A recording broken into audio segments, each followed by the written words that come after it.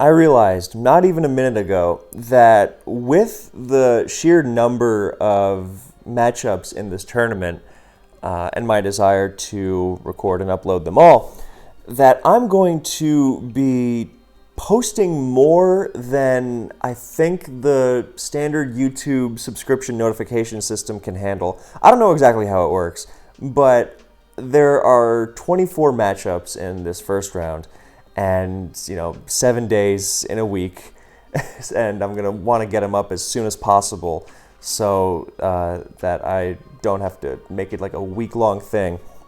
And that if I want to do another non-DPP Ubers video in the middle of the week, which I have a couple I want to do, then I can do that as well without needing to get back to these. So basically, there's going to be a lot of these, and And what I'm saying is that if you don't want to miss out on any of these, which I assume you don't because they're all going to be awesome, then I recommend two things.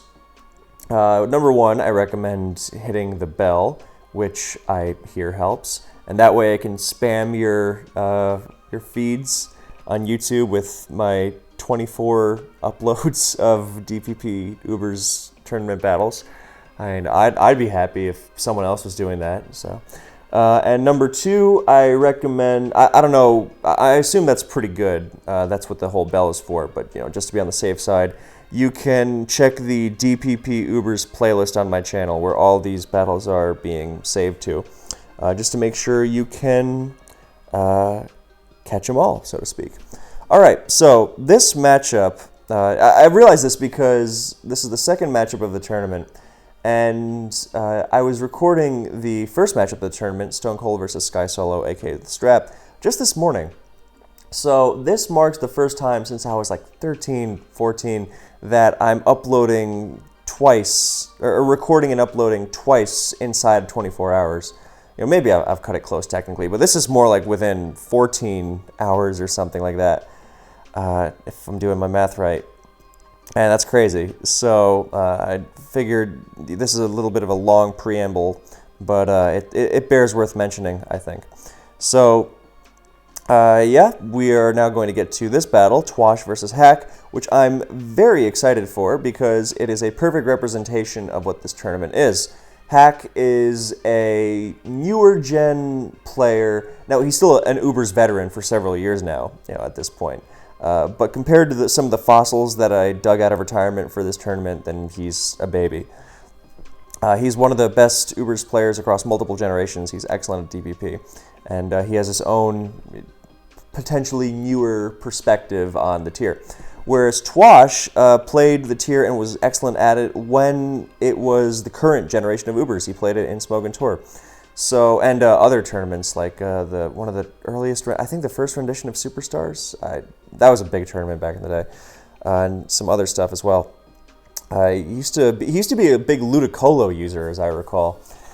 Which was pretty awesome. Anyway, so I dug him out of retirement for this, and I always think it's interesting when an old player comes back to the game, because when you're away from the game for a while, and then you come back, whether it's a tier or just the game as a whole, then you have such a fresh perspective, and everything you make seems to be really good. It's pretty awesome. Of course, it requires taking a break, a lengthy one, before you receive this enhanced perspective. But you really notice it, because when you've been playing for a while, yeah, sometimes you might be in the zone, but after a bit, you're gonna just you'll become pretty narrow-minded without really realizing it. So, yeah, I'm very much looking forward to what he has come up with and what Hack has come up with. So here we go. Lead matchup: Skymin, Dio Speed. Okay, so.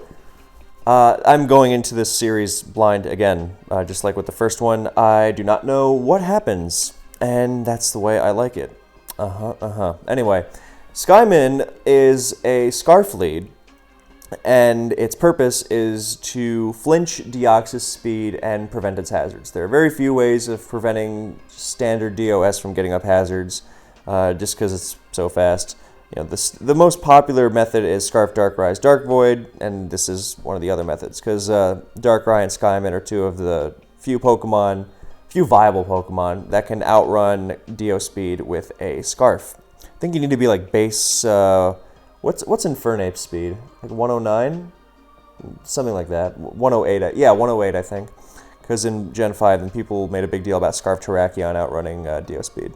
So yeah, you have to be like at least base 108 I think. And no one's running Scarf Infernape here, so it's not until you hit Darkrai and Skyman that you find Scarfers that are outrunning DOS in Gen 4. So, Skyman is good for flinching DOS and, matches up pretty decently against some other leads. And what makes me, we haven't seen it in DPP Ubers in a while, and what makes me like it now is how popular Kyogre has become as a lead. And this is especially good if you use Leaf Storm on your Skyman. Because obviously Seed Flare is your spammable move, but it has room in its move slot for Leaf Storm, and the extra power is really notable in a one-on-one, where Seed Flare might just come up short because of those huge special defense stats of things like Kyogre. So I think it's a great choice to bring right now. The only thing that you have to be wary about is that when Skyman was used during current gen, it was never super popular, but it existed. And when it was used then Dio speed pretty much ran no bulk. It wasn't until Trick Scarf Dio speed became popular that DOS started really running bulk regularly. And it was really only on that set for a long time. And, well, it doesn't really matter as much against Scarf Dio speed because it's going to outrun you and get down spikes anyway. But as nowadays, you see bulk on most DOS sets. So what that means in practice is that you are going to need 2 flinches instead of 1 before DOS has to run away or get KO'd. And of course, Fair Slash has that silly 95% accuracy, so it's not quite 60% that you're going to flinch it. So that can be frustrating. And you also have to be ready to engage in some mind games, because you don't know, is the opponent going to switch out after 1 flinch? Is he going to try for the second? Is he going to try to double switch back to Deoxys after? You have to be ready to be very aggressive here. So, now all there's left to do, we don't know if it's Scarf DOS or, some sort of other set. So all we can do now is find out. So, Spikes goes first, Air Slash does less than half, so yeah, that's a Scarf Dio speed. So now the question is, does Hack go for the second layer before switching out, or does he switch out immediately? I personally think I would go for the second layer simply because, 1, I would seriously consider just sacking DOS for 3 layers right off the bat. That's amazing, especially if you got a bunch of Draco Meteors to launch afterwards, because again, not a lot of Pokemon can handle... I say again like I've said it in this video, but I've said in other videos, there's not a lot of Pokemon that can handle both Spikes and Draco Meteor. And that's just 1 layer of Spikes. 3 is amazing. So you would really be pushing your guys over the edge right from the start. Dialga would come in after and you'd be sitting pretty. You could get, 4 layers of hazards in the first 4 turns if it was your rocker. So, or you could just start Draco Bombing. So I would consider that. I would at least consider the second layer, because if DOS switches out here, then it's probably going to die to whatever switching in. I mean, maybe if you get a good double switch, but it's probably going to be effectively the same thing later when it comes back later. But there's a lower chance that you're going to be able to get the second and third layer when it comes back later. So I would rather just go for the second here at least. But not that switching out immediately is a bad play. It's not bad at all to take your 1 layer and keep DOS's health pretty much the same, or keep DOS's health a little higher. Might give it some flexibility if there's things like other hazards or even sand running around later on. Makes it less of a choice of switch in on this layer of hazards being set up, or it's going to be KO'd. That kind of dynamic that happens with Sash DOAs a lot. So that is the choice. That's up to the players. And with Twash, do you just keep air slashing, or do you go to something else and get your rocks up so you are matching hazards in some capacity? These are the choices the players have to make. Hack goes to Dialga, and air slash crits. That does a lot. The crit is helpful, but more helpful than that is the information that this is, one, an offensive Dialga, and two, it does not have leftovers. So one of the reasons why Skyman is such a cool poke is that it's not just a pretty good lead, but it really shines as a late game Pokemon because it has great stabs against popular Pokemon, Groudon and Kyogre, but it's also really fast. It outruns Scarf Garchomp, it outruns Scarf Darkrai, it outruns Rock Polish Groudon at +2, of course all the slower Scarfers, and hits them hard. It outruns Rock Polish Groudon at +2, and it hits, it outruns the Swift Swimmers, which is a wonderful trait. So late game, it can be pretty nasty, especially once everything has been, with everything being softened up and hazards and, the flinch rate, it can be pretty brutal. So that crit's helpful, and just knowing that the Dialga is offensive and does not have much in the way of longevity could be good if Twash is going to start planning for a late game Scarf Skyman sweep. So the assumption here is that Hack is going to go for rocks. So what's Twash going to respond to? He's probably not going to just flinch things out right from the beginning. That would be risky and a potential waste, especially if Hack does not have other Pokemon to take Air Slash. Because one of the funny things about Ubers is that there are nearly no Uber Pokemon that resist flying. It's the same thing that makes Ho-Oh's Brave Bird such a challenge to switch into. So here comes Twash's Dialga, spikes go down, Hack, Draco Meteors. So that is interesting because if, it showed the Custap Berry. That sucks. I wanted to keep that secret. It's hard clicking pause on time while letting the fact show that there's no leftovers on Twash's Dialga as well. So, but yeah, if there was rocks on that Dialga, it's a pretty safe assumption that it would have used it. I mean, maybe he got scared of the Skyman flinching him out, and he didn't want to after the crit, and he didn't want to set up rocks on the thing. He didn't want to set up rocks on the Air Slash turn that he didn't get flinch, and then leave Skyman completely undamaged. Especially if the rest of his team is vulnerable to Air Slash and Seed Flare or something. He just wanted to damage it. But either way, it's a surprise to see Draco on that turn. And with Twash, we can make the assumption that it's not going to be his Dialga is not going to be scarfed because you're not going to run Scarf Skyman and Scarf Dialga on the same team. And again, he was expecting rocks, and he probably wants to match those rocks with his own, so he's not falling behind in terms of hazard pressure. So that can make a big difference. So he pops the Custap. Cool. I love seeing that. That's always fun. And Hack goes for another Draco. So it is fairly likely that his Dialga is going to be scarfed. So here comes Magnezone as the follow-up. That's really cool. So he gets the rocks, and he's going to remove the Dialga. Now, if it's a mixed Dialga and it's just bluffing Scarf, then Brick Break is still going to hit really hard. But unless it's, most of the time, it's not going to be Lumberry. So if he's the T-Wave HP ground set, which most Magnezone are, then he's at least going to give himself a decent chance to remove the Dialga outright, or at least leave. It would not be good to lose two Pokemon to it, but and it's Outrage. So that's interesting. I think that's pretty revealing because if it had Brick Break, then it would use it there, but it doesn't. So the assumption is that he was Dracoing again to further the bluff that he was Scarf. So when you use Outrage there, so it's not going to use Fire Blast because that's -4. Honestly, he might not even have it, and he doesn't have rocks because he would use those.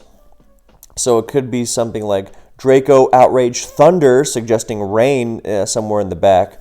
And then the last, not Brick Break, or Fire Blast, or T-Wave, who knows? He might have used T-Wave. Maybe it's Endure, Custap, or something. He just goes for the HP ground, doesn't mess around with any T-Wave action. That's probably smarter. And all right, so here comes Groudon. That's going to be the rocker. Still could be a Kyogre, but I assume that he didn't use Fire Blast there because it was Outrage, and that did a lot, so it could be Adamant Orb. And he figured that would do more than -4 Fire Blast. We can hit the calc, actually, to find out, because I love being systematic.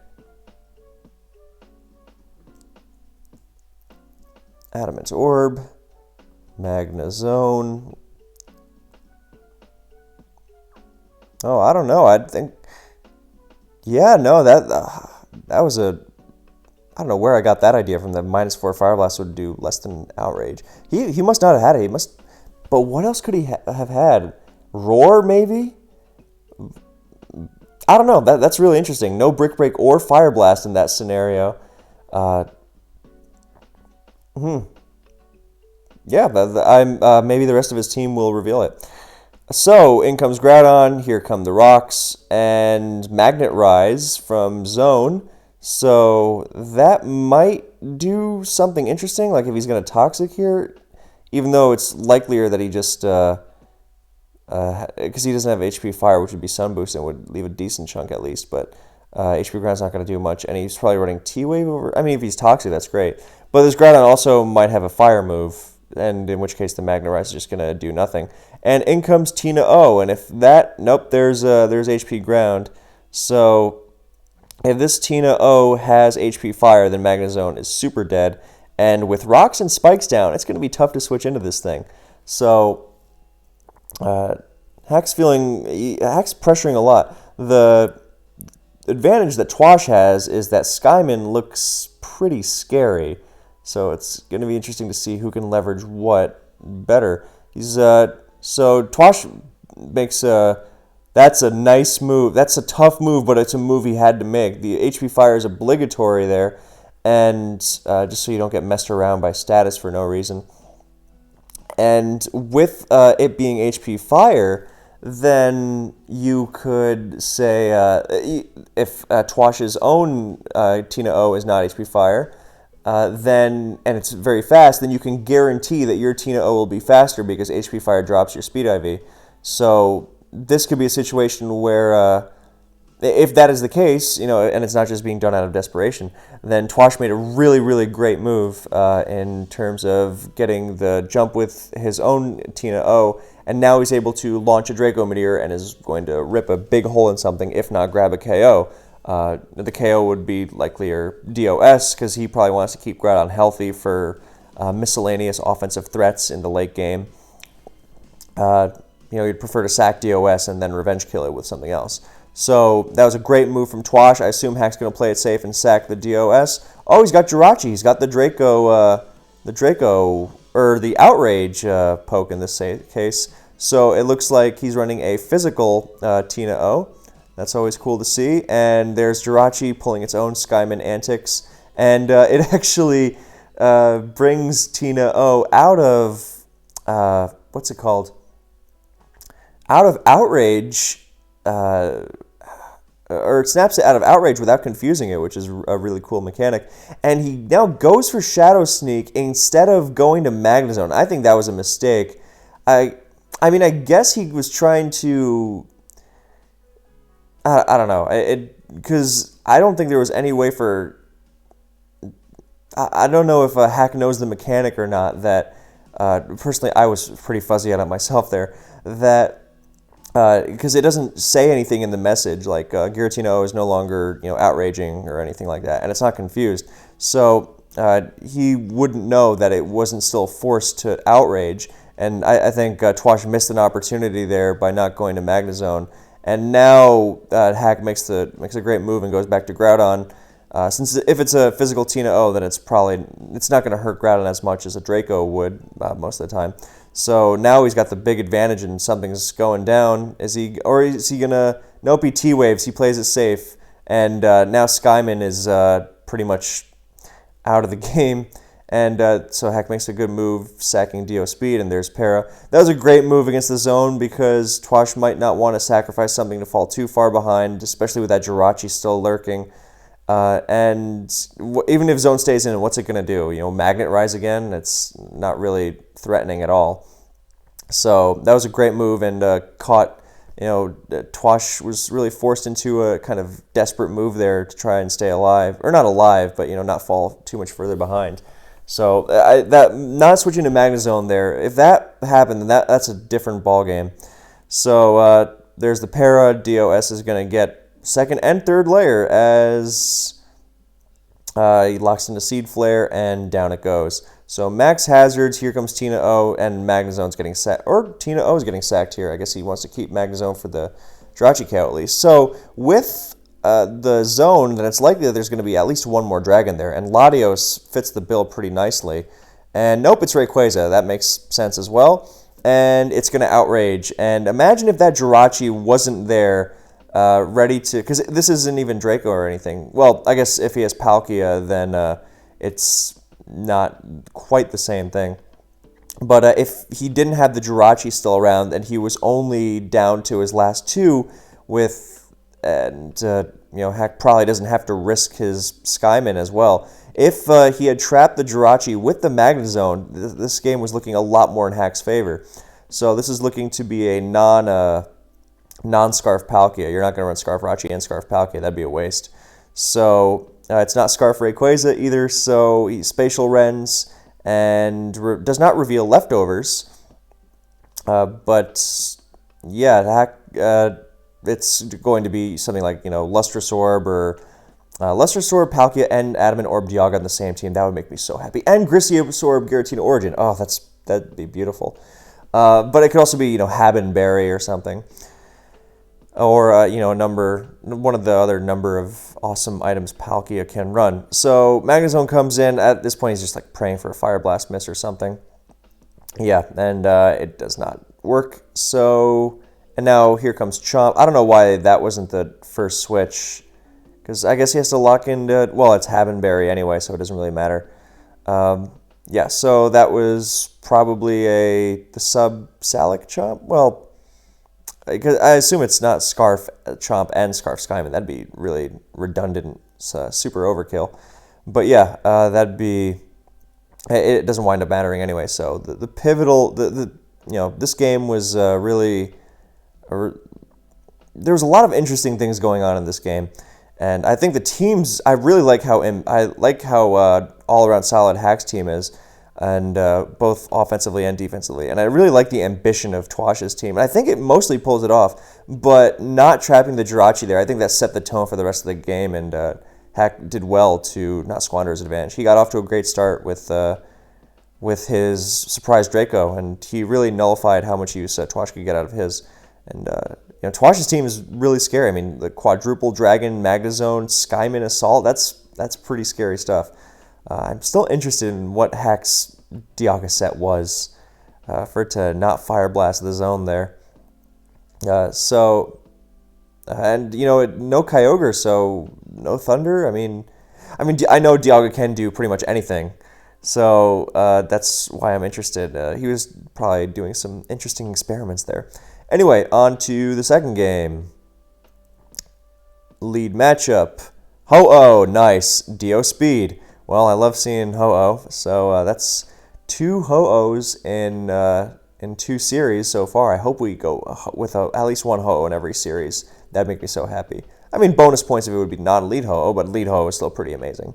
So, Dio Speed again. We know what lead Ho-Oh does at this point, and if you don't, then I have a lead metagame video and just for you.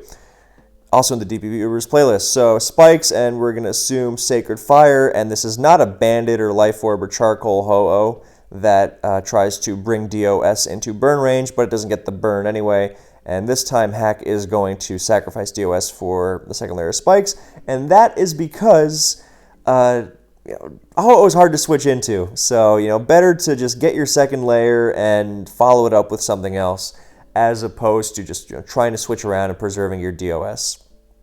So, 6-5 Twash, and I've mentioned this dynamic in other videos, but one of the cool things about Ho-Oh, if DOS is just laying down spikes, and this applies to something like Frostlass too, is that when it's very hard to scare Ho-Oh out. Well, now people are probably going to be packing more like Stone Edges and such for the purpose of scaring Ho-Oh out now that it's a popular lead. But, in general, then the basic idea is that only Kyogre really, really, truly 100% scares Ho-Oh out all the time.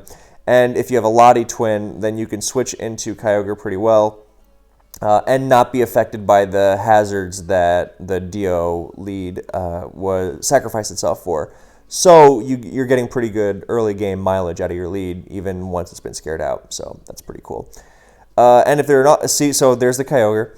And if it's an offensive team, DOS and then Kyogre and then Tina O, Dialga, Latios, the usual suspects, then and you get your own Latios in, then they're probably not going to love switching into your Draco Meteor. So you're really just piling on offense right from the beginning and not really giving a care for their spikes. So, great move from Hack there. I really, really like that. And I really also like that from Twash. So I was thinking about that guy who stayed in on my Kyogre with his on my Ho-Oh with his Kyogre. No, sorry. Who stayed in with his Ho-Oh on my Kyogre and just Brave Birded. And I was thinking about it because I was like, because if rocks aren't even up, wouldn't you want to preserve Ho and then bring it back in as the rocks go up?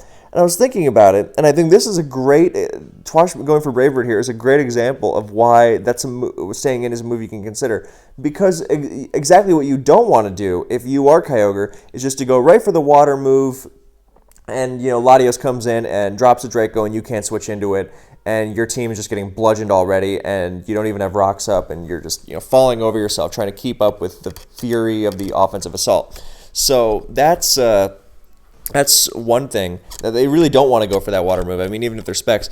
Another is that unless they're Scarf, in which case they want to go for the water move even less because they're even more easily going to get blanked by something like Dialga or Lati Twin. Then your Ho is going to outspeed a lot of them and just smack them with a Brave Bird. And one of the things you could do as Kyogre that involve hitting Lati on the switch, so Ice Beam or T-Wave, then Ho-Oh doesn't really care about because Lumberry is going to shrug off T-Wave. So I do like that Brave Bird there. And it pays dividends here because I commend the plays from both players. I really do, because we just explained why Twash's stay in and Brave Bird was a great move. But Hack switching to Dialga there, he was very aware of that scenario. He doesn't want Latios coming in almost for free on Kyogre and bombarding his team with Draco Meteor right off the bat when he's running offense and probably can't switch into it very well. Being able to have that one-on-one with a fresh Dialga against Latios rather than having to switch into it, because Dialga is good at taking neutral Dracos, but Latios is a little much. So that was a really, really smart move on his end. And Twash displayed incredible awareness of that dynamic by going for the Brave Bird. And now he has Ho-Oh against Dialga, and Dialga can make the choice, well, I can get rocks, or I can try and thunder the Ho-Oh, but I'm not doing both, because it's going to threaten me with threaten with Earthquake and Rain. And so really, really great stuff from both players. See, that's why I like this tournament. It's not necessarily about just winning or being the best or whatever, because the results in a game like Pokemon, it can kind of miss the point. On a turn like that, then you really see the beauty of Pokemon, because even if it worked out better for Twash than it did for Hack on that turn, then it was still a great set of moves on both sides, and just for that, I'm satisfied with this series already. I love it. All right, so. Now we got Ho-Oh, which is obviously going to try and the Dialga has leftovers. That's good to know. Now it's going to try and barrage it with Earthquake and Hack. My assumption is that he's going to get up rocks and then probably sack something and then bring Kyogre in and then chase the Ho-Oh out. We still don't know if it's Specs or Specs. Kyogre is really kind of like a lost art at this point. I would really be interested. I'm interested at what point we start seeing it again. I have a few. I think the older players gravitate towards Specs Kyogre more, and the new player. That's one of the old versus new things I mentioned earlier. Old players really like their Specs Kyogre, and new players you almost never see it. So. Anyway, EQ goes first, support Dialga, gets up rocks, that at least you can guarantee. So at least he's got a lot of hazards, but this Ho-Oh is still trucking at full health, and something's probably getting KO'd before it goes down. So in comes Tina O on the EQ. So with this being a rain team, this probably has Thunder. We don't know the amount of speed investment, but Tina O's I think now are definitely more. On a rain team, you can be a little more, lackadaisical about it. And Brave Bird was a move worth considering for Twash there. Simply, it wasn't for Tina O for me as much as about hitting Ogre if it tried to pivot in on Scarf Ogre if it tried to pivot in on Brave Bird or on EQ rather, because there's no hazards up. So But I guess I get that he wants to preserve it. Anyway, Tina O now more aware of the Ho-Oh thing, more likely to... I don't know if it's going to go as far as to run Stone Edge, but, Outrage and Thunder and Rain is just such a good tool on Tina O anyway, because it hits the steel so well and has that nasty para chance. And, yeah, you don't love switching Groudon into Giratina O, so it's hard to avoid going to a Pokemon that at least is going to not like the para. So... even T-Wave Tina O is really cool. So, Twash just stays in, and Brave Birds as Tina O is faster and Thunders. And that was a good move from Twash. And what's interesting there is that it is not Lumberry. So, I'm really wondering what item it could be. Because... I mean, maybe it's Custap or something. Because I think if it was Charcoal, then it probably would have done more to Dio Speed with Sacred Fire. Now, granted, we don't know the Dio Speed spread. But, yeah, if it is Custap, we're about to see it. Some other options I can think of are maybe like Charty Berry in case, random Stone Edge or something. Or maybe Pasho Berry so we could stand on Kyogre safely. That would be so cool. I would have loved to have seen that. You know what? If it turns out to not be Custap, then I am going to stake my bet on Pasho. It would be really cool. Anyway, lead Ho teams, as we've mentioned in other videos, often don't run spinners because it's hard to fit them. It can be a waste. So you generally just kind of do as much damage as possible. And I think Twash is doing the right thing here because it's going to be more trouble than it's worth to get a spin off, even if he does have spin. Like if he is running a Rain Ho-Oh team with Kabutops, it's going to be so much trouble to get the spin off, not worth it. It would be better to just get the most out of it now as opposed to switching around. Because if you switch out, not only are you not going to get more use out of Ho-Oh when it comes back, but you're going to get less use out of whatever switches in because you're switching into a Giratina Origin at full health. And you're switching into it with rocks and 2 layers of spikes. So just stay in with the Ho-Oh, get damage on it. Not only is that maximizing the value of all your Pokemon by getting the most out of your Ho-Oh now and preserving your other Pokemon for later, but it also helps you in that you get big damage on that Tina O. So, Tina O lives like everything from full health. And even after rocks, it's living Palkia Spatial Rens and crazy stuff like that. But now, I mean, at 47, you're going to be KOing it with, every stray Ice Beam you have. If you have like a Mewtwo or something. God, Ho-Oh and Mewtwo on the same team. What a fearsome prospect. Anyway, that's what I wanted to say about that. I have so many thoughts. Anyway, so now we're going to see if it's Custap or not. And, he switches out, and in comes Cresselia. So he's running Ho-Oh Cresselia Sun. That's so cool. And he goes for Thunder again, not Shadow Sneak fearing Custap. I think I personally would have gone for Sneak there, just because it would have KO, because 16 and Grisius Orb and Giratina is strong. So that's interesting that he didn't fear Custap once the Thunder didn't trigger the Lum. And I scrolled just to make sure, it didn't get the Lum burned or something, did it? But no. Anyway, so Cress is. If in Sun, Cress is pretty good at walling Tina O, funnily enough, because Moonlight heals so much. But in Rain, it doesn't heal that much either. That said, I still think it's going to win the one-on-one, simply because, just healing 25 with Moonlight is going to be enough if Tina O is going to Draco it, and because it's -2, and it has to lock into Outrage, and it might get T-Waved, so it might be a waste. So if anything, I think Hack should take this opportunity to switch to Dialga, because what Cress is going to do here, the biggest fear isn't, it might lose to Tina O one-on-one. The more relevant fear would be, no, it's going to give Dialga leftovers back. So, yeah, so that's... he's going to try but he goes for Draco. Ooh, that did more than I expected. He eats the Toxic, but, yeah, now Ho-Oh's... Well, I guess if he's running Sunstall, that might be worth it, because if Tina O is now on a timer, and he can go to Groudon now on the Sneak, or, the -2 Draco, whatever, and he can get up those rocks, and maybe if he's running this Sunstall thing, then he'll have Fortress, and he can actually maybe even get the spin-off. So I assumed he was running offense, because when you run a Ho-Oh lead, generally you run offense. But maybe he's taking it in a Sunstall direction, and that's really interesting. So I forgot. Sometimes I forget just how strong Tina O is. It's crazy. And Crest runs a lot of physical defense, so even though it's got such huge special defense, then that Draco actually does quite a bit, especially with the Gristiosaur boost. So, but that worked out for Twash because Tina O being toxic is much better than Dialga getting free leftovers. That would have been a nightmare to deal with. So, now here comes Quillfish, and Twash goes to Dialga. So, okay, so that's the rocker. And that winds up working out really, really well. That's an interesting move from Hack because I was really expecting Groudon there, and I think I would have almost wanted the Shadow Sneak just to make sure that Crest doesn't like heal or something dumb, but and at least if Kyogre probably would have been pretty good too if you're expecting Groudon to come in because you can still slam it with Ice Beam because you're switching first, so the sun would go up. You wouldn't be threatening it in rain. But yeah, Quillfish. I mean, I guess Quillfish can threaten to explode on Support Dawn.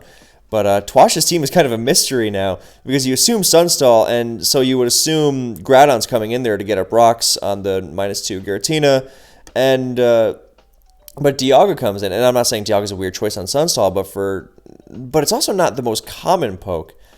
So it's really hard to predict where this is going, and I like that. So the Dialga shows lefties, so probably rocks, and Hack just explodes, trying to get the Dialga down as low as possible and open the way for what I assume is a Scarf Kyogre.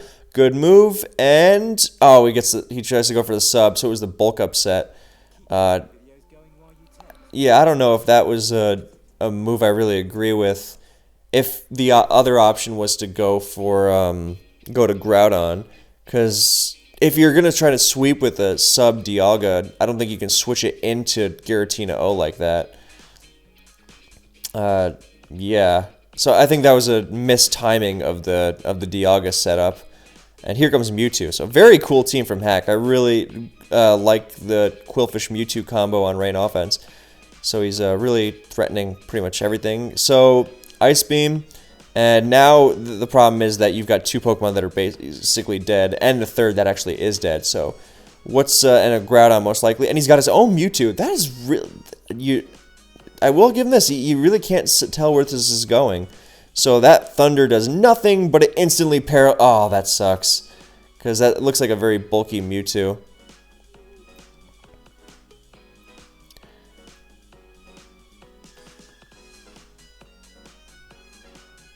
So, sorry, I was reading what they were saying in the chat. It's nothing of consequence. But yeah, that really sucks, because Twash said it was a cool set, so we don't know what it'll be. But that Thunder did, not a lot, so I assume it was some sort of recover bulky thing. So now he decides to sack Ho-Oh, but I mean, that's another Pokemon lost pretty much for free, because it's at 37 in Parad with a bunch of spikes up, so... Here comes Groudon, and this looks fairly over, even if the Ice Beam doesn't KO and if he T-Waves or something. Yeah, he's got to like crit it with Rock Polish, and yeah, that's so... Yeah, at least we see 2 Mewtwo's, that was cool. And here comes Crest again, and yeah, so everything's just dropping. So that was an unfortunate, just like I think both these games were a great example of how just... one sort of... Oh, there's Taunt. So yeah, I'm assuming like Taunt Wisp or something.